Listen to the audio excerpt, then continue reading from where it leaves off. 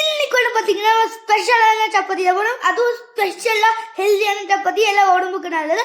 அதுக்கெல்லாம் போட்டு கோதுமை மாவெல்லாம் போட்டுட்டு, அதுக்கப்புறம் ஸ்வீட் பொட்டேட்டோ, அதுக்கப்புறம் சொரக்கா போட்டு நல்லா பண்ணிட்டோம். அதுக்கப்புறம் ஒரு மைதா மாவு எடுத்து நல்லா குத்துன்னு குத்திட்டு, அதுக்கப்புறம் 10 நிமிஷம் மூடி வச்சிடணும் தட்டில். 10 நிமிஷம் மூணுக்கப்புறம் ஒரு தட்டை எடுத்துட்டு க்ளீன் பண்ணிவிட்டு அதை அந்த சப்பாத்தி எடுத்து நல்லா பல்லி மாதிரி பண்ணிக்கோங்க. அதுக்கப்புறம் பர்கர் மாதிரி ஸ்லைஸ்லாம் கட் பண்ணுங்கள். கட் பண்ணதுக்கப்புறம் அது வந்து கொஞ்சம் மைதா மாவு போட்டு இந்த மாதிரி நான் பண்ண மாதிரி இந்த மாதிரி ஃபோல்டு பண்ணிக்கோங்க.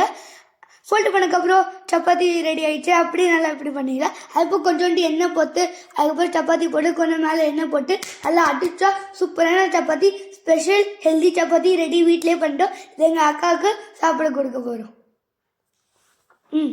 இப்போ நான் சாப்பிட போகிறேன்.